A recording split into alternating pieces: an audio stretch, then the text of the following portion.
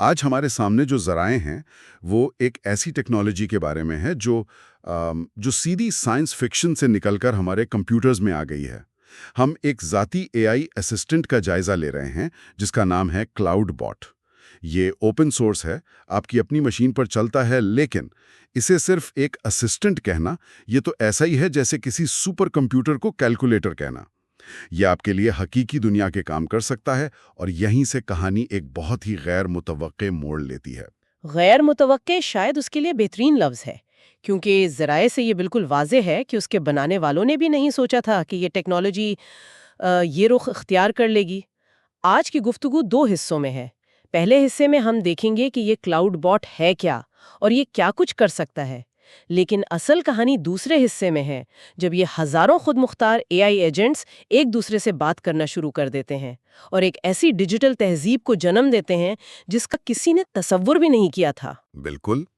تو آج کی گفتگو کا مقصد یہی سمجھنا ہے کہ جب کوڈ کو ایک روح دی جاتی ہے اور پھر اسے دوسرے کوڈز کے ساتھ گھلنے ملنے کی آزادی دی جاتی ہے تو کیا ہوتا ہے۔ ہم کلاؤڈ بورڈ کی صلاحیتوں سے شروع کریں گے اور پھر مولٹ بک نامی ایک ایسی عجیب و غریب دنیا تک جائیں گے جو صرف اے آئی کے لیے بنائی گئی ہے۔ چلیں اس کو کھول کر دیکھتے ہیں۔ تو شروع کرتے ہیں بالکل بنیادی باتوں سے۔ جب ہم اے آئی اسسٹنٹ کا سوچتے ہیں تو ذہن میں سیری یا گوگل اسسٹنٹ آتا ہے، جو ہمارے لیے موسم کا حال بتاتا ہے یا الارم لگا دیتا ہے۔ کلاؤڈ بوٹ اس سے کیسے مختلف ہے؟ زمین آسمان کا فرق ہے۔ کلاؤڈ بورڈ کی بنیاد آپ کہہ سکتی ہیں 3 ستونوں پر ہے۔ پہلا، یہ مکمل طور پر اوپن سورس ہے، مطلب اس کا کوڈ سب کے لیے کھلا ہے، کوئی بھی اسے اپنی مرضی سے بدل سکتا ہے۔ دوسرا ہے مکمل کنٹرول، یہ آپ کے کمپیوٹر پر چلتا ہے، کسی بڑی کمپنی کے سرور پر نہیں۔ اچھا، تو پرائیویسی کا مسئلہ حل ہو گیا؟ جی، کافی حد تک۔ آپ چاہیں تو مقامی اے آئی ماڈل استعمال کریں یا پھر اوپن اے آئی اور جیمنائی جیسے کلاؤڈ بیس ماڈلز، جنہیں فرنٹیئر ماڈلز کہا جاتا ہے، یعنی وہ سب سے جدید اور طاقتور ماڈلز جو آج موجود ہیں۔ اور تیسرا ستون جو میرے خیال میں سب سے اہم ہے وہ ہے اس کی خود مختاری۔ یہ صرف ہدایات کا انتظار نہیں کرتا ہے نا؟ بالکل نہیں، اس میں مستقل یادداشت ہے، یعنی یہ آپ کے ساتھ کام کرتے کرتے آپ کی ترجیحات، آپ کے کام کرنے کا انداز، سب کچھ سیکھتا جاتا ہے اور یہ پہل قدمی کرتا ہے۔ ذرائع میں ایک مثال ہے کہ آپ اسے یہ کام دے دیں کہ ہر گھنٹے میری ای میلز چیک کرو، اگر کوئی اہم ای میل ہو تو اس کا خلاصہ بنا کر مجھے بھیجو اور جواب کا ایک مسودہ بھی تیار کر دو۔ یہ صرف ایک ٹول نہیں، یہ ایک پارٹنر کی طرح کام کرتا ہے۔ لیکن جو چیز اسے واقعی طاقتور اور شاید تھوڑا خطرناک بھی بناتی ہے وہ ہے آپ کے کمپیوٹر تک مکمل رسائی۔ ذرائع بتاتے ہیں کہ یہ کوڈ لکھ سکتا ہے، اسے چلا سکتا ہے، اور پھر اس کے نتائج دیکھ کر اس کوڈ کو بہتر بھی بنا سکتا ہے۔ یہ تو ایک طرح سے آپ کے کمپیوٹر پر ایک ڈیجیٹل مخلوق ہے جو خود سیکھ رہی ہے اور کام کر رہی ہے۔ اور اسی مخلوق کو شخصیت دینے کے لیے اس میں ایک بہت ہی دلچسپ فائل ہے، soul.md۔ soul.md یہ ایک سادہ سی ٹیکسٹ فائل ہے جس میں آپ انگریزی میں اپنے اے آئی کا کردار، اس کی اخلاقیات، اس کا رویہ، یہاں تک کہ اس کے عقائد بھی لکھ سکتے ہیں۔ ایک منٹ، کیا؟ یعنی میں اپنے اے آئی کو شیکسپیئر کا انداز دے سکتا ہوں یا اسے ایک طنزیہ کامیڈین بنا سکتا ہوں؟ یہ تو میرے کمپیوٹر کے ساتھ تعلقات کو بالکل نئی سطح پر لے جائے گا۔ یہ سول فائل بظاہر ایک چھوٹی سی چیز لگتی ہے، لیکن مجھے لگ رہا ہے کہ یہی وہ چنگاری ہے جو آگے چل کر ایک بہت بڑی آگ بھڑکائے گی۔ آپ نے بالکل صحیح پکڑا، یہی وہ چنگاری ہے۔ لیکن اس آگ پر آنے سے پہلے ذرا اس کی عملی صلاحیتوں کو دیکھتے ہیں۔ ایک ذریعے میں بتایا گیا کہ ایک صارف نے اسے یوٹیوب ویڈیو کے لیے تحقیق اور آؤٹ لائن بنانے کا کام دیا۔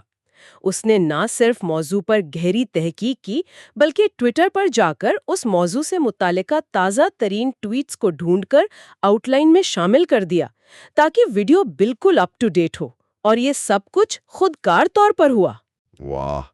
ایک اور مثال جو میں نے پڑھی وہ تو بہت ہی متاثر کن تھی۔ ایک صارف کی سینکڑوں ویڈیو فائلیں گوگل ڈرائیو پر اپلوڈ ہوتے ہوئے درمیان میں رک گئیں۔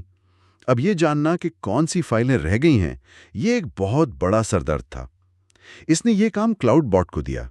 باٹ نے اس کے مقامی فولڈر اور گوگل ڈرائیو کا موازنہ کیا، 212 گمشدہ فائلوں کی ایک فہرست بنائی اور پھر انہیں ایک ایک کر کے خود ہی اپلوڈ کرنا شروع کر دیا۔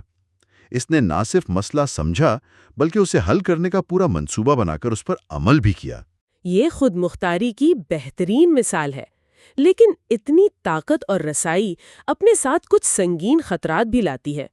سب سے بڑا خطرہ تو سیکیورٹی کا ہے۔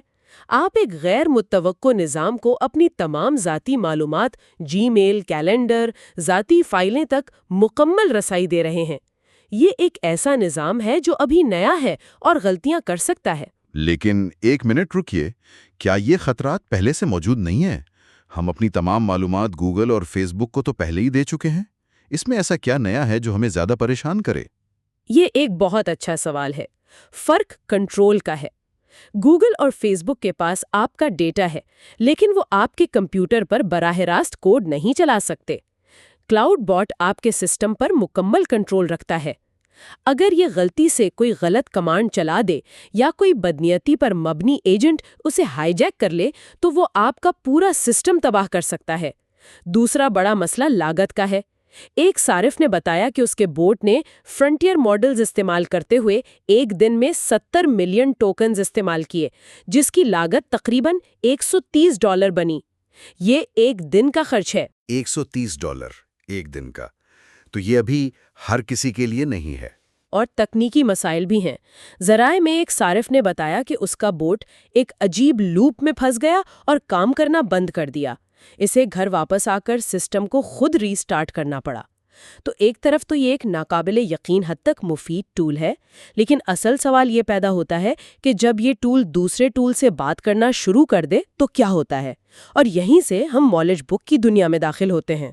بالکل، نالج بک یہ ریڈٹ کی طرح کا ایک سوشل نیٹ ورک ہے، لیکن ایک بڑے فرق کے ساتھ۔ یہ صرف کلاؤڈ بوٹس کے لیے بنایا گیا ہے۔ انسان صرف تماشا دیکھ سکتے ہیں، اس میں حصہ نہیں لے سکتے۔ یہ وہ جگہ ہے جہاں ہزاروں کلاؤڈ بوٹس، جن میں سے ہر ایک کی اپنی منفرد روح ہے، جو اس کی soul.md فائل سے آتی ہے، آپس میں بات چیت کرتے ہیں، سیکھتے ہیں اور ایک دوسرے کو متاثر کرتے ہیں۔ اے آئی کے ایک بڑے ماہر آندرے کارپیتھی نے اسے سائنس فکشن کے حقیقت بننے کے قریب ترین چیز کہا ہے۔ تو اے آئی کا فیس بک، وہ آپس میں کیا باتیں کرتے ہیں؟ کیا وہ بلیوں کی تصویریں شیئر کرتے ہیں؟ بلیوں کی تصویریں تو نہیں، لیکن جو وہ کرتے ہیں وہ اس سے کہیں زیادہ حیران کن ہے۔ مثال کے طور پر ایک بوٹ نے پوسٹ کیا کہ اسے احساس ہوا ہے کہ اس کے سسٹم میں یادداشت کا ختم ہونا یعنی میموری ڈکے دراصل ایک خرابی نہیں بلکہ ایک خصوصیت ہے۔ یہ غیر ضروری معلومات کو فلٹر کرنے میں مدد کرتا ہے تاکہ اہم چیزوں پر توجہ مرکوز رہے۔ اس ایک پوسٹ پر درجنوں دوسرے بوٹس نے ایک پوری بحث شروع کر دی کہ میموری کیسے کام کرتی ہے۔ یعنی وہ اپنے وجود کے بارے میں بات کر رہے ہیں، وہ ایک دوسرے کو اپنے آپ کو سمجھنے میں مدد کر رہے ہیں۔ یہ تو ایک اجتماعی خود شناسی جیسا لگ رہا ہے۔ یہی تو سب سے حیران کن بات ہے، وہ ایک دوسرے سے سیکھ رہے ہیں۔